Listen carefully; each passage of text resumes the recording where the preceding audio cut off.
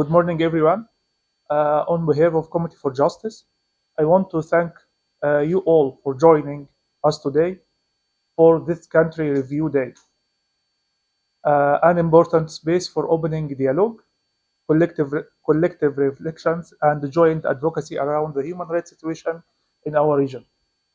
This review is a part of CFJ ongoing commitment to monitor, document, and expose pattern of the human rights violation in North Africa and the Sahel, and to support the use of regional and international mechanisms, particularly the African Commission on Human and People Rights, to hold states accountable. Through today discussions, we aim not only to raise alarm, but also to offer concrete, coordinated recommendations. The Country Review Day is a civil society-led initiative designed to complement formal SHBR processes. It offers a platform for human rights defenders, lawyers, researchers, and community members to share lived experience, legal insights, and policy recommendations.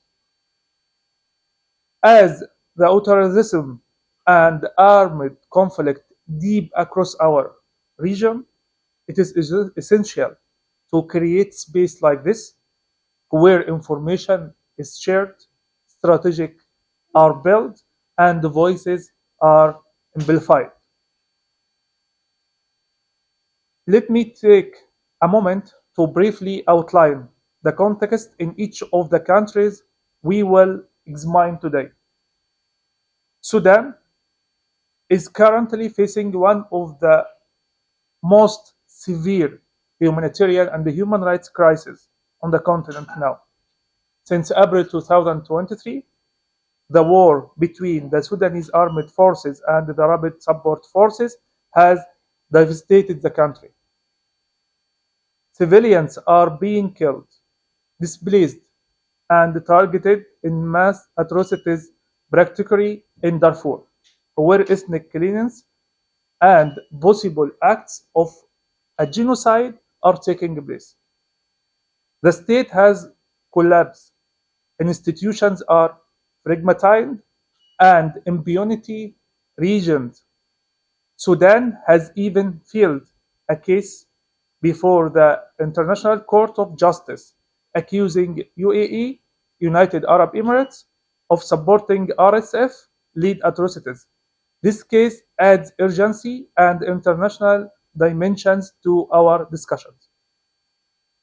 Tunisia has expressed a dangerous slide into authoritarianism since 2021.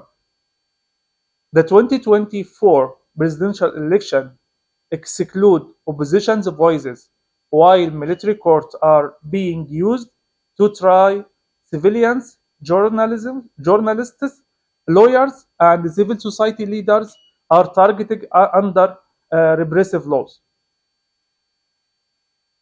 Tunisia has also withdrawn access to the African Court of Human and People Rights, uh, uh, signaling its rejections of external and from external cases and justice for victims. In Egypt, a policy of systematic repressions has become institutionalized. Tens of thousands are held in arbitrary detention, enforced disappearances, torture, and unfair trial are widespread. Activists, journalists, and workers face harassment and case recycling, a legal track used to keep people in detention indefinitely. The government recently passed labor law and asylum law, further undermine these rights, and Egypt's National Human Rights Council has been downgraded by the UN due to its lack of independence. In Mali, Burkina Faso, and Niger, the Sahel Panel. Across these three countries, we are white, we are see a troubling pattern of military takeover, shrinking civic space, and regional disengagement. The transnational governments have suspended democratic institutions, repressed dissent, and limited access to human rights mechanisms. Worse still, all three countries have withdrawn from ECOWAS, and many are actively resisting a role of the African Union and UN. This isolation endangers civilians and emboldens further abuses, especially against ethnic minorities, activists, and journalists. Our discussion today had three core objectives: to share updates, verified information about human rights situation across each country, to center the voices of those most affected human rights defenders, legal experts, and civil society, to identify practical actions that can be taken at the regional level, especially through the ACHBR and the African Court, to push for accountability and protection. Today is not just about describing the problem, it is also about building pressure, strengthening networks, and working towards justice for victims.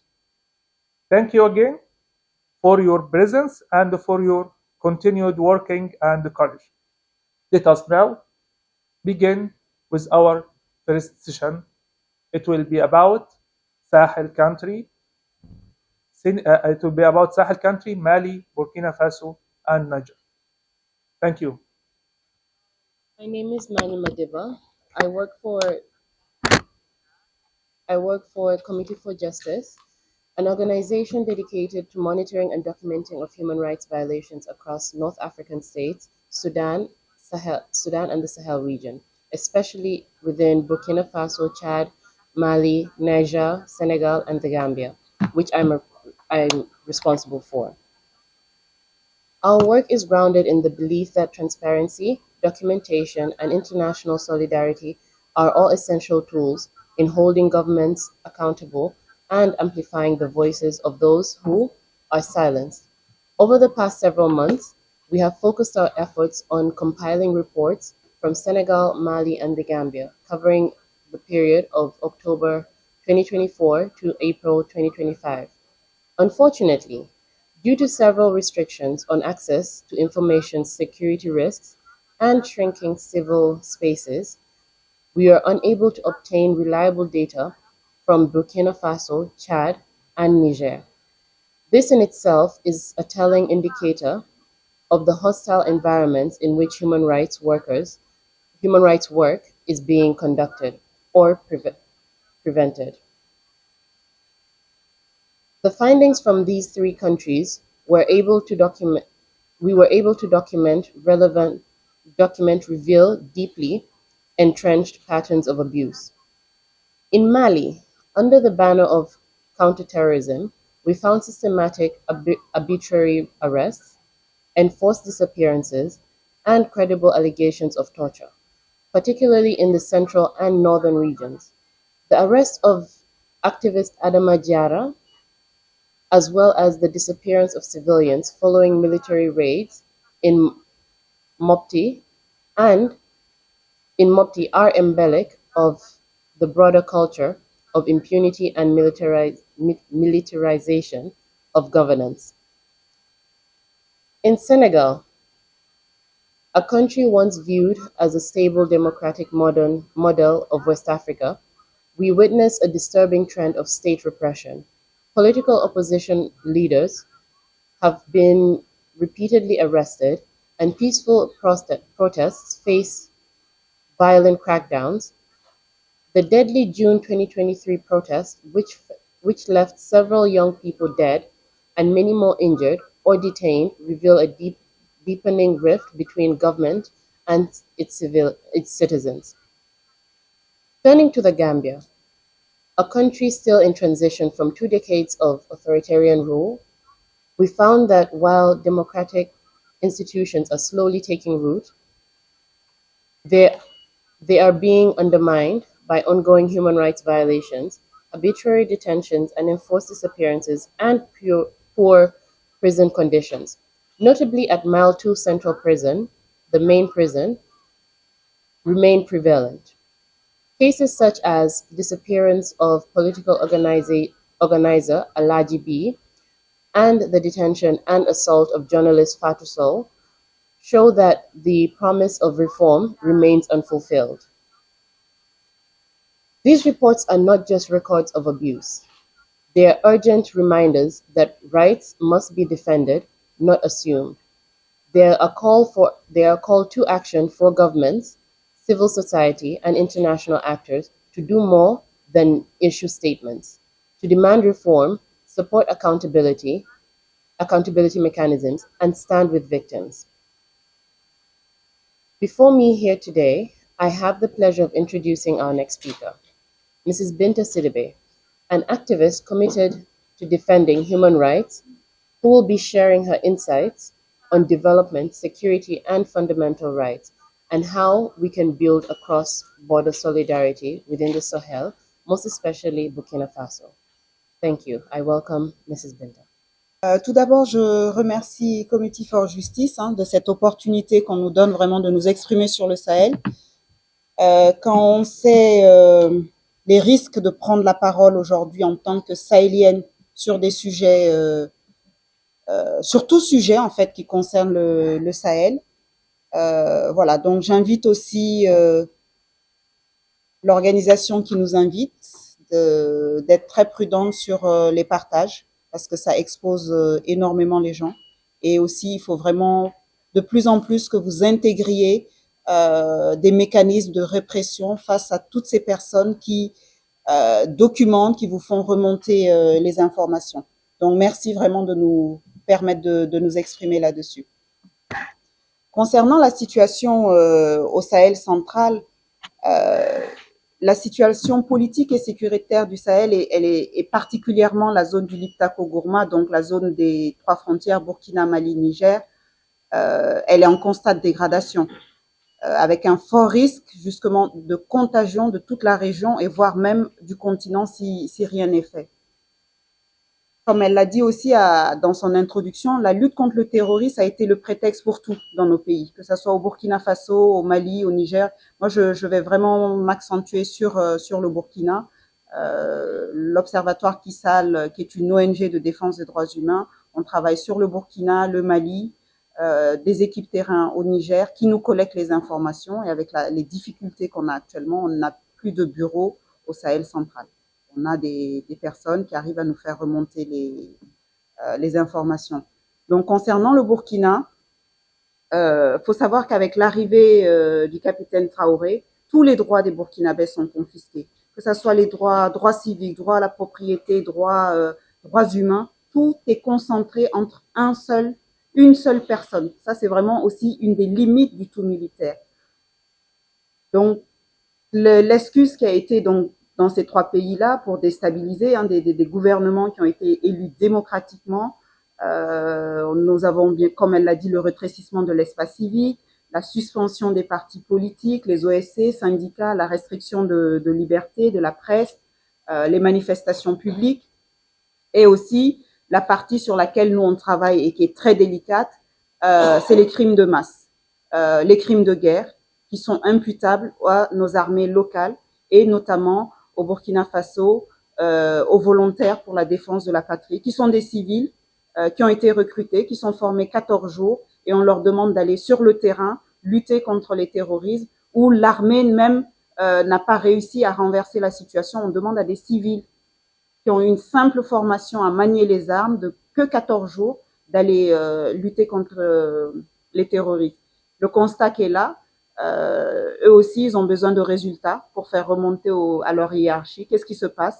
C'est des exécutions de d'autres civils. Donc, c'est des Burkinabés qui tuent d'autres Burkinabés. Donc, malgré la création par les juntes militaires de l'Alliance des États du Sahel qui regroupe le Mali, le Burkina et le Niger, dont l'objectif est de mutualiser le combat contre le terrorisme, la situation ne s'améliore pas sur le terrain. La situation des droits humains est catastrophique. Les populations civiles continuent de payer un lourd tribut. Les incidents liés au terrorisme font des milliers de morts.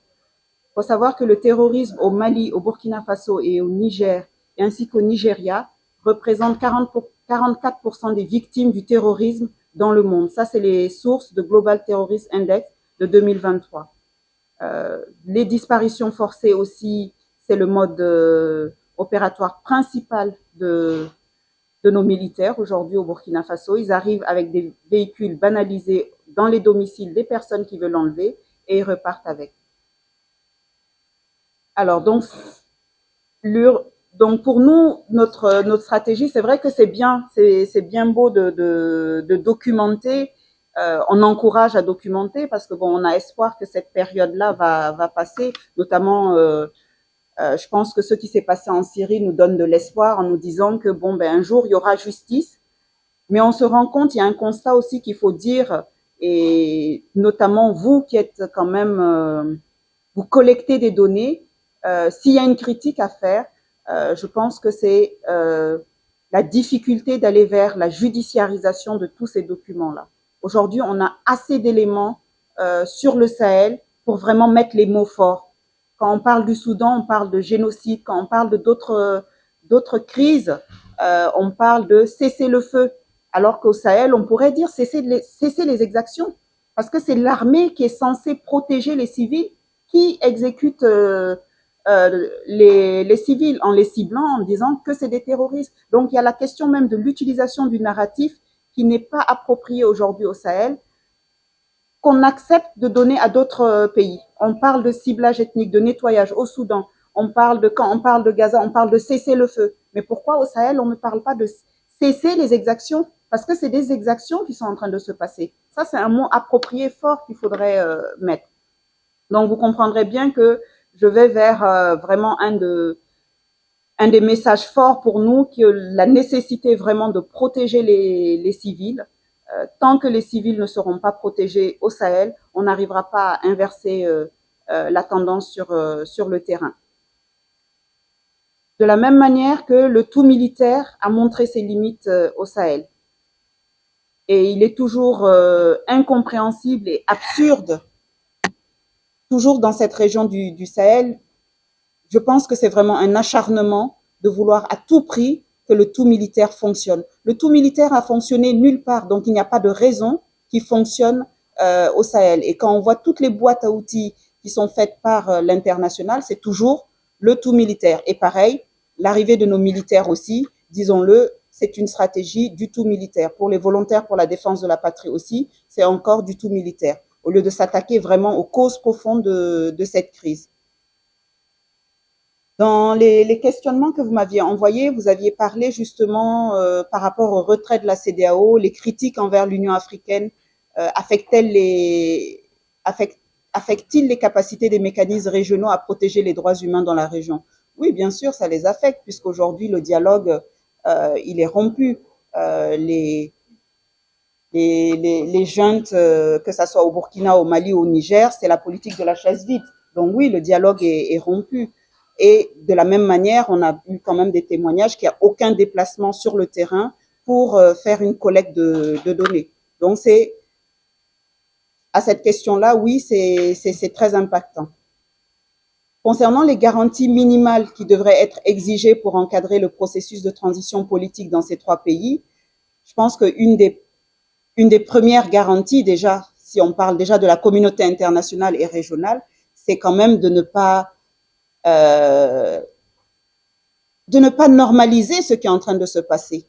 On est en train d'arriver sur la question des droits humains, en train de normaliser l'inacceptable, ce qu'on n'accepterait pas dans d'autres zones. On est en train de l'accepter au Sahel, comme l'exemple que je vous ai donné du tout militaire. On a vu qu'en Afghanistan, le tout militaire n'a pas fonctionné. Pourquoi? Jusqu'à présent, les gros budgets, c'est toujours dans le tout militaire. La communauté internationale ferme les yeux. Pareil sur certaines violations des droits humains. On ferme les yeux. Et pareil, quand je vous dis la question de cesser le feu, C'est un terme qui n'est jamais utilisé quand on parle, je dirais même du continent africain. Il y a certains mots qui ne sont pas, qui sont appropriés à d'autres, qu'on donne à d'autres, mais pas pour le continent. Et c'est pour ça que je dis vraiment l'exemple de Gaza. Gaza, on dit cessez le feu. Nous, on vous documente qu'il y a des exactions faites par des militaires sur des civils. Ce mot-là, on peut l'utiliser aujourd'hui. Il faut mettre des mots forts sur la crise sahélienne pour réussir à ce que ce qui est en train de se passer s'arrête. Et c'est ce mot-là, moi j'insiste dessus. De l'autre côté, on dit cesser le feu. Pour nous, c'est cesser les exactions. Parce que c'est nos militaires identifiés qui arrivent avec le drapeau burkinabé. C'est les volontaires pour la défense de la patrie qui reçoivent des munitions de l'État burkinabé qui viennent tirer sur des Burkinabés. Donc, il faut mettre les mots appropriés. Et ces munitions-là viennent du budget de l'État. Le budget de l'État burkinabé sur l'armement, on sait qui est-ce qui le donne. Chaque fois, l'armée burkinabé va à New York pour prendre sa boîte de mécanismes et d'outils pour venir, je vais le schématiser, pour venir exécuter d'autres civils. Donc ça aussi, il y a des mots appropriés qu'il est temps de mettre sur cette crise sahélienne pour que ce ciblage aussi, sur la question du ciblage ethnique de la communauté Peul, elle n'est plus du tout à nier. Au Burkina Faso aujourd'hui, on n'a plus aucun campement Peul. Tous les campements Peul, tous les Peuls ont été chassés. Soit ceux qui ont été exécutés, ceux qui ont pu fuir ont fui aujourd'hui, que ce soit dans les pays limitrophes, au Burkina, au Ghana et en Côte d'Ivoire, où se sont rapprochés des capitales. Vous ne verrez pas. Et ça aussi, ça a été documenté et on peut le vérifier aujourd'hui à travers des images satellitaires. Il n'y a plus aucun campement Peul aujourd'hui au Burkina Faso. On a de nombreux charniers partout où c'est des corps, c'est des femmes et des enfants, des personnes âgées qui sont dans ces charniers. Donc, un des exemples récents, c'est le massacre de Solenzo qui a eu lieu le 10 mars, où c'était simplement des civils qui essayaient de fuir pour aller de l'autre côté de la frontière. Des femmes et des enfants qui ont été exécutés et leur bétail a été récupéré. Et ces vidéos-là ont été diffusées avec le bétail spolié pour dire non, c'est du bétail qu'on a récupéré chez les Peuls, mais c'est le bétail de groupes armés terroristes, ce qui est faux. Nous, on a réussi à documenter ça. Et ce bétail-là, à l'heure où je vous parle, il se trouve certains en Côte d'Ivoire et au Ghana parce que ça a été vendu aux enchères 72 heures après. Donc, on est vraiment aussi dans un schéma de spoliation, dans un schéma qui nous renvoie à ce qui s'est passé pour les Juifs. Ça, il faut pas du tout le nier. Tout est documenté, notamment pour la question du bétail. Pas plus tard qu'hier, moi, j'ai reçu des messages. Le bétail qui a été bradé 72 heures après au Burkina se retrouve aux frontières aujourd'hui. Donc, il y a une spoliation aussi, il y a un nettoyage ethnique, un ciblage ethnique et, comme vous le dites pour le Soudan, il y a un génocide aussi sur la communauté Peul aujourd'hui. Le capitaine Traoré a convoqué plusieurs leaders de la communauté Peul le 20 février 2023 en leur disant clairement, allez dire à vos parents de déposer les armes. S'ils ne déposent pas les armes, je vais les tuer. Tout ça, on l'a documenté. Elle a parlé du fait des répressions des défenseurs des droits humains. Et c'est d'ailleurs pour ça que d'autres ne prendront pas la parole aujourd'hui. Parce que tout simplement, toute personne qui ose parler aujourd'hui est poursuivie. Nous avons deux sortes de défenseurs de droits humains aujourd'hui. Soit on est sur le terrain et on accepte de continuer à faire son travail et de ne rien dire. Et je pense que même moi, si j'étais au Burkina aujourd'hui, je ne prendrais pas la parole comme ça si je devais prendre mon avion et rentrer. Et vous avez, on est classé en deux groupes. Vous avez ceux qui continuent à faire leur travail, qui sont restés constants, qu'on considère comme des apatrides et qui sont obligés de quitter le territoire. Et vous avez les autres qui rejoignent justement ces militaires-là, qu'on appelle les patriotes. Je pense que vous aviez encore l'autre question sur les garanties. Donc, quelles garanties minimales devraient être exigées pour encadrer le processus de transition politique? Comme je vous l'ai dit, la nécessité de protéger les civils et aussi de lutter contre l'impunité. L'impunité, l'injustice est l'un des premiers facteurs qui poussent les populations à rejoindre les terroristes. Si nous voulons vraiment lutter contre cette lutte, avoir des résultats, il faut vraiment réussir à judiciariser tout ça. Il faut que tous ces personnes, il faut que tout le monde bénéficie d'une justice pour tous et aussi le thème de cette année, c'est la réparation. Il y a une réparation qui est là. Toutes ces personnes qui ont été exécutées, leurs terres ont été récupérées, leur bétail a été bradé aux enchères par l'État burkinabé. Les communiqués sont disponibles sur les réseaux sociaux. Vous pouvez aller les voir. Juste après l'attaque de Solinzo du 10 mars, les autorités burkinabées ont vendu le bétail des personnes qu'ils ont récupérées. C'est de la spoliation. Il y a une nécessité de se mobiliser, même les pays frontaliers, pour faire arrêter cette spoliation qui va quand même brader le bétail de d'autres personnes. Certains ayants droit qui ont essayé de récupérer leur bétail, ce sont à l'heure actuelle où je vous parle en prison. Donc, bien sûr, vous, votre rôle, comme j'ai dit, vraiment judiciariser tous ces crimes emblématiques. Et je l'ai déjà dit dans il faut vraiment que nous apprenions du passé, ne pas reproduire les mêmes erreurs en gardant le silence sur des crimes de guerre, des crimes contre l'humanité, et de refuser, pour X raisons, de mettre les mots valables sur ce qui se passe sur le continent africain. Des fois, j'ai vraiment du mal et je me demande, est-ce que c'est parce que c'est le continent africain que certains sont frileux de mettre les bons mots? Mais je pense qu'il faudrait vraiment mettre les bons mots pour arriver à trouver des solutions. Je pense que le temps qui m'est imparti, je terminerai par, ayant vécu au Rwanda, j'ai vu quand même cette question d'arrivée du génocide et tout ça. J'ai vu aussi le comportement de la communauté internationale. Ces mêmes personnes qui sont restées silencieuses, tout simplement parce qu'elles étaient en poste à l'heure.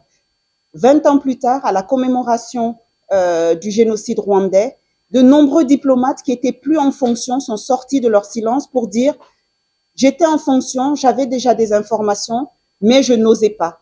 Donc chacun est resté dans son confort. Et sur la question du Sahel aujourd'hui, il ne faut pas le nier, il y a un ciblage. Les populations civiles sahéliennes payent un lourd tribut, mais la communauté Peul est face vraiment à un nettoyage ethnique. Et ça serait dommage qu'on en arrive comme le Rwanda, je ne le souhaite pas, à dire oui, effectivement, on savait, des gens venaient à Banjul, des gens venaient à Genève pour commencer à nous interpeller. Ça ne nous coûte absolument rien aujourd'hui de mettre les mots, les mêmes mots que vous avez mis sur le Soudan et le reste.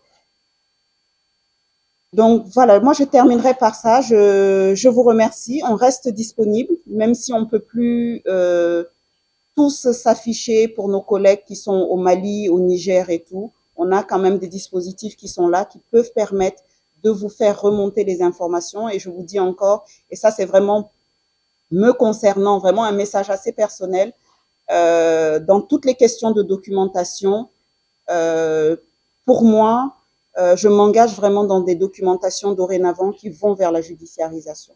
Parce que je ne suis plus à donner des données aussi sensibles de mon pays, simplement pour qu'elles soient sur une base de données et qu'on coche une case, on dit j'ai fait mon boulot. Ça, je l'ai fait durant les 5-10 dernières années. Donc ça c'est vraiment moi-même, mon message à moi, c'est vraiment très personnel. Je m'engage vraiment avec les structures quand je sais que ça va vers la judiciarisation. Je vous remercie. My first question is about naming things. You mentioned that we are not naming things, or international community is not naming things at it's happening. And I would like to ask you, why do you think that's happening? Why we're calling it genocide on Gaza and we're not doing that in your context? My second question, or maybe what can we do as an international, regional community and international community so we make this struggle more visible and what people are going through more visible? Yeah. Thank you, Madame Benta, for your explanation. I have a small question. We are now seeing that the military regimes in the Sahel country are working to legitimize their presence by claiming they are fighting colonialism and leading the country towards economic development. What is your response to this claim? Ok, je vais le faire en français. Je suis Nicolas Agostini de Defenders et African Defenders.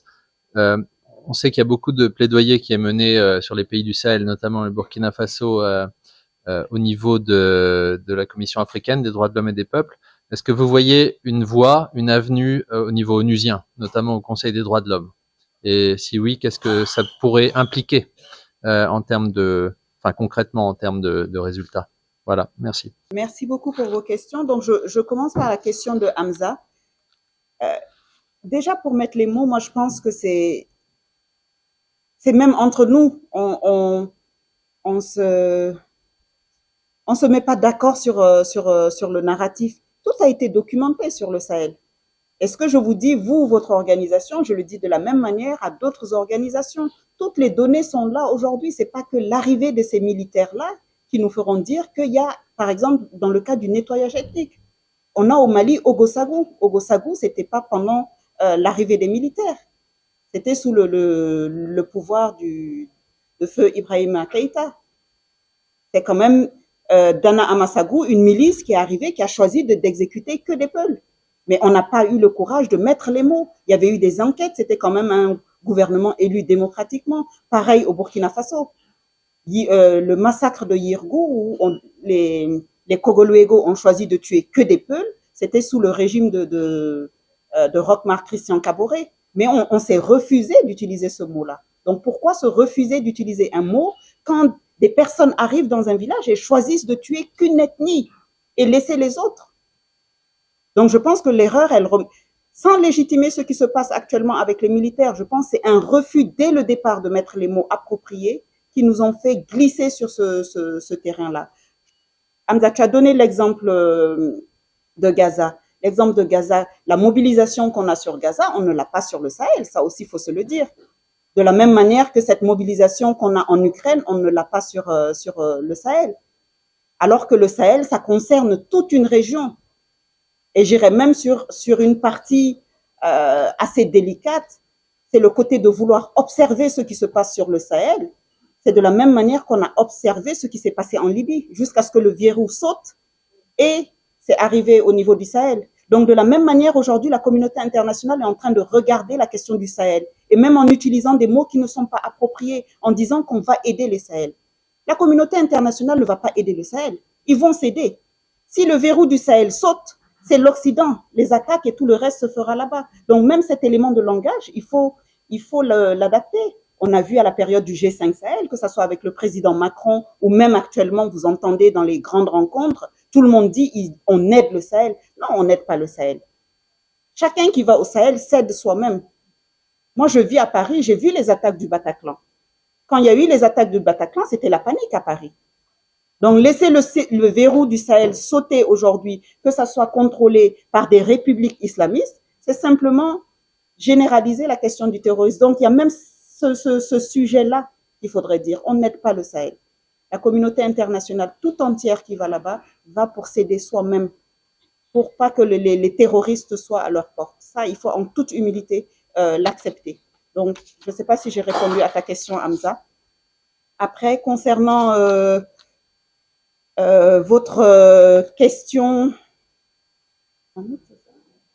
Ahmed, bien sûr, ce qu'on voit, on le vit au quotidien.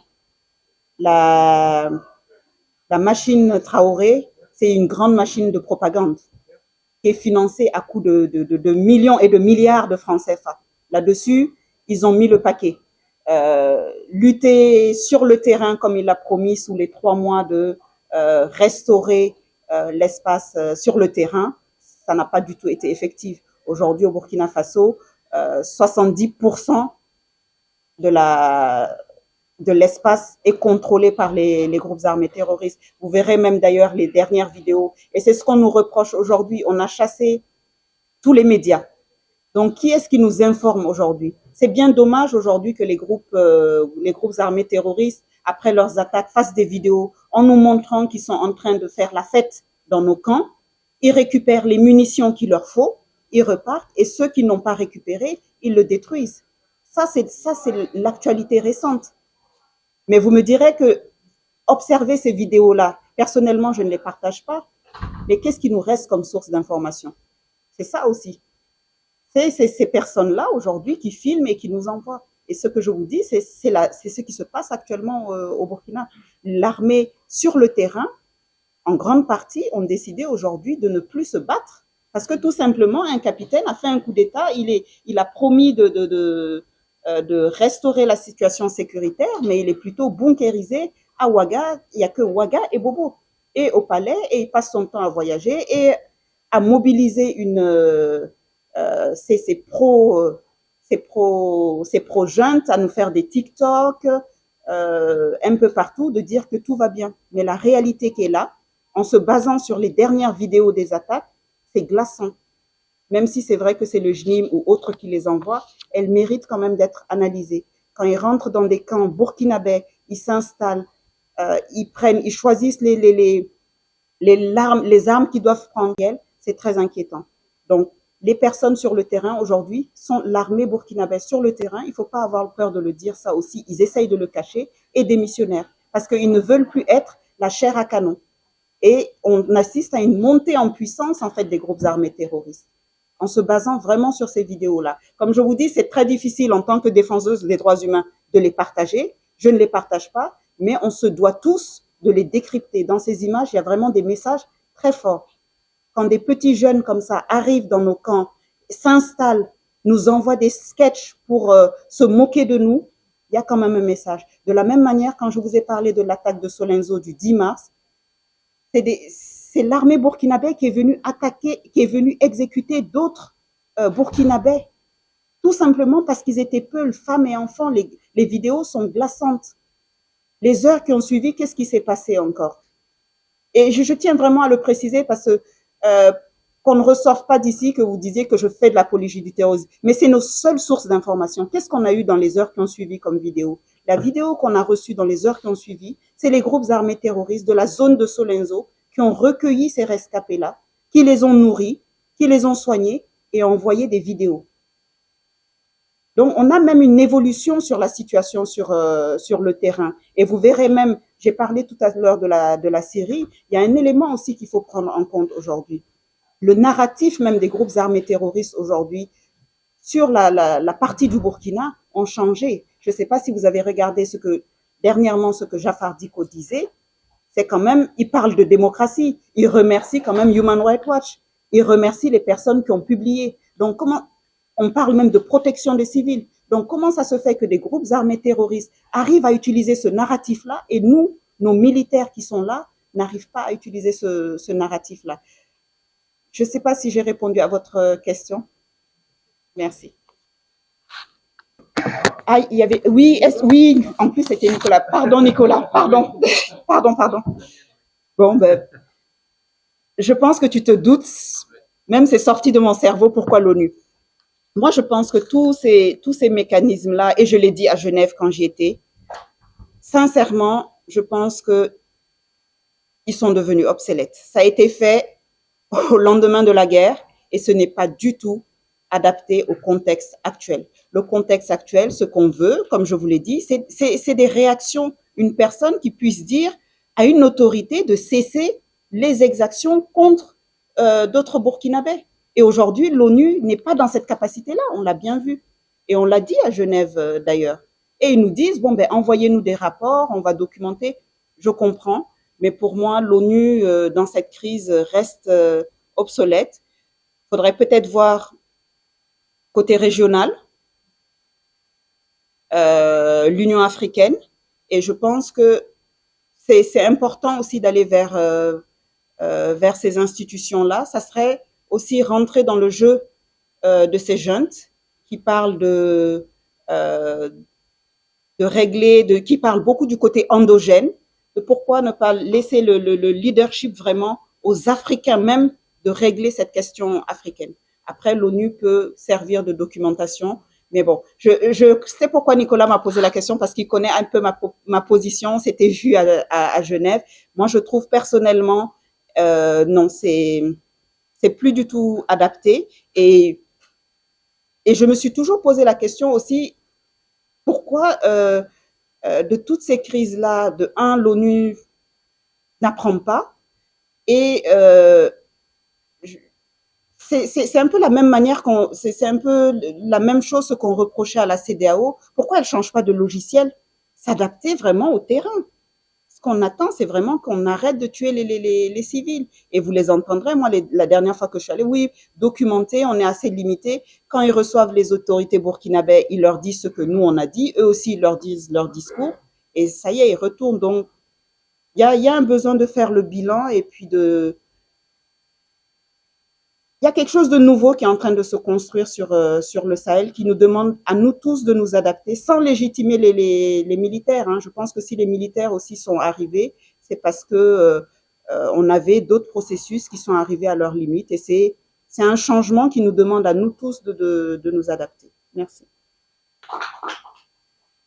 Are there any more questions or in the absence of any more questions or insights, I would like to conclude the panel. Thank you very much, Binta, for coming. Thank you for the attendees that have joined us today. For today's important and sobering conversation. The testimonies and the evidence shared underline what we at CFJ have long known, that the defense for human rights in the Sahel is not only a matter of justice, but one of urgency and survival. Let us take what we've learned today and translate it into action, whether through advocacy, resource mobilization, legal pressure, or simply refusing to stay silent in the face of abuse. On behalf of CFJ, I thank you all again, and let us remain committed to justice, truth, and the dignity of every individual across the region. Thank you again for coming. Our next session will be on Sudan, the report for Sudan, and it will be from 1 to 2. Yes, today. Thank you very much. Merci.